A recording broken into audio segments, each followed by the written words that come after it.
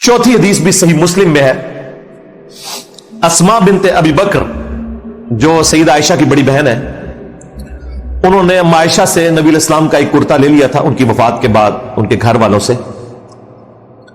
किसरवानी त्यालसी काला जुब्बा। बाज लोग हमारी लाइव स्ट्रीम में भी पूछ रहे होते हैं, इसमें काले के अल्फाज नहीं है। भाई सिंधी अजरक को रेड कहने की जरूरत नहीं है, सिंधी अजरक रेड ही होती है।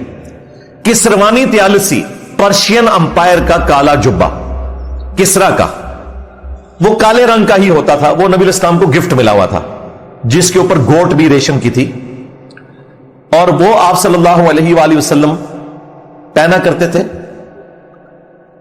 और अस्मा बिनते अबी बकर कहती हैं कि हम उसका धोवन मरीजों को शिफा के लिए देते हैं, यानी उसको धोकर उसके पानी से शिफा हासिल करते हैं। यानी साहबा इकराम अलैहिम रिदवान नबी इस्लाम के कुर्ता मुबारक के धोवन को अपने लिए शिफा समझते थे। और इनके बाबे क्या करते हैं, वो कहते हैं जी वो महमूद गजनवी को फतह नहीं हो रही थी। तज़किरतुल औलिया में फरीदुद्दीन अत्तार ने लिखा, तो महमूद गजनवी के पास एक जुब्बा था जो अबुल हसन खरकानी का दिया हुआ था, और उनकी वसीयत थी कि कभी मुश्किल वक्त आए तो इसके वसीले से दुआ करना। उसने दुआ की तो फतह हो गई। रात को बाबा जी ख्वाब में आए और बड़े गुस्से में, और कहा कि तूने मेरे जुब्बे की इतनी कम कीमत लगाई है। और ये ना समझे ये कोई हम कहानियां बयान कर रहे हैं, इनके नजदीक तो ये समझ ले कुरान हदीस है। फरीदुद्दीन अत्तार लिख रहा है, और पीर अजमल कादरी वो जो मासूम सी शक्ल बना के रूनू वाला म्यूजिक चला के तो जाली वाकयात बयान कर रहा होता है, उसने भी ये बयान किया हुआ वाकया कि तूने तो बड़ी कम कीमत लगाई मेरे कुर्ते की। अगर तू दुआ करता ना कि इस सरजमीन में कोई काफिर ना रहे तो सारे लोग ही मुसलमान हो जाते हैं। देखें, अल्लाह के नबी इस्लाम के कुर्ता मुबारक को देखकर, आपके चेहरे अकदस को देखकर तो अबू जहल ने, अबू लहब ने कलमा नहीं पढ़ा, लेकिन इनके बाबे के कुर्ते से सारों ने मुसलमान हो जाना था। कहानी देखें।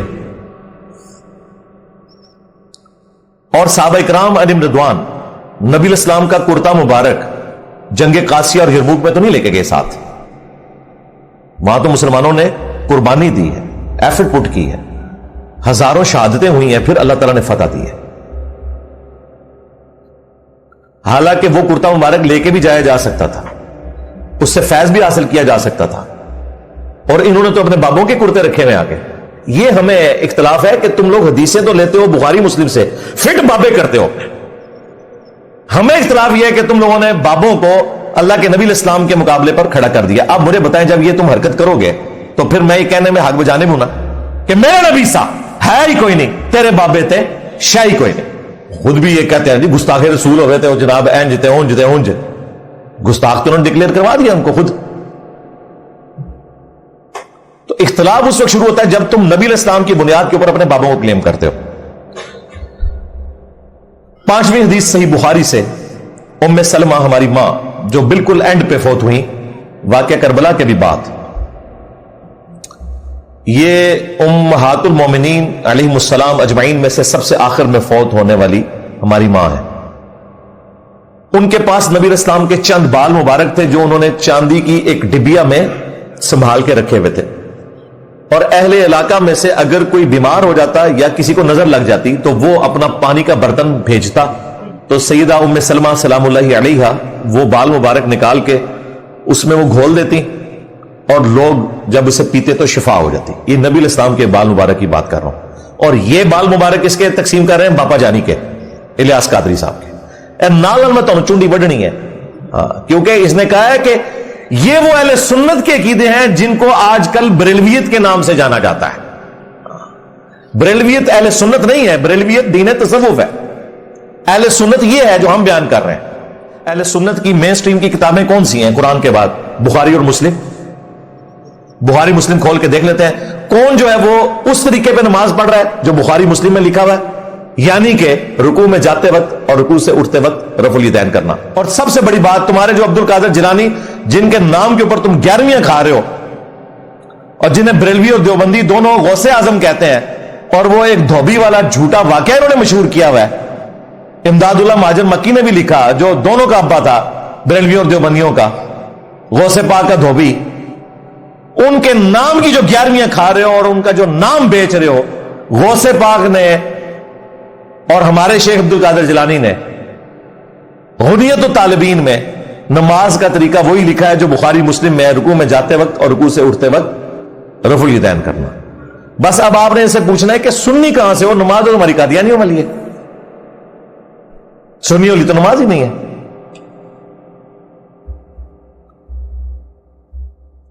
چھٹی حدیث صحیح بخاری اور صحیح مسلم دونوں کے اندر موجود ہے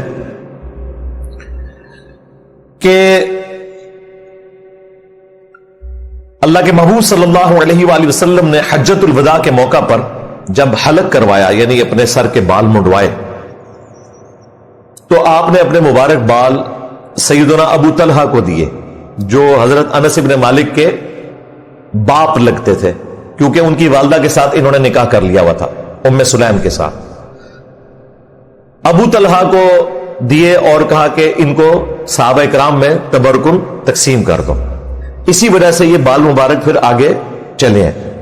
لیکن وثوق کے ساتھ آج کسی کے پاس کوئی بال ہے، ہم کہہ نہیں سکتے کہ یہ نبی الاسلام کے بال مبارک ہیں، may be may not be, انکار بھی نہیں کریں گے۔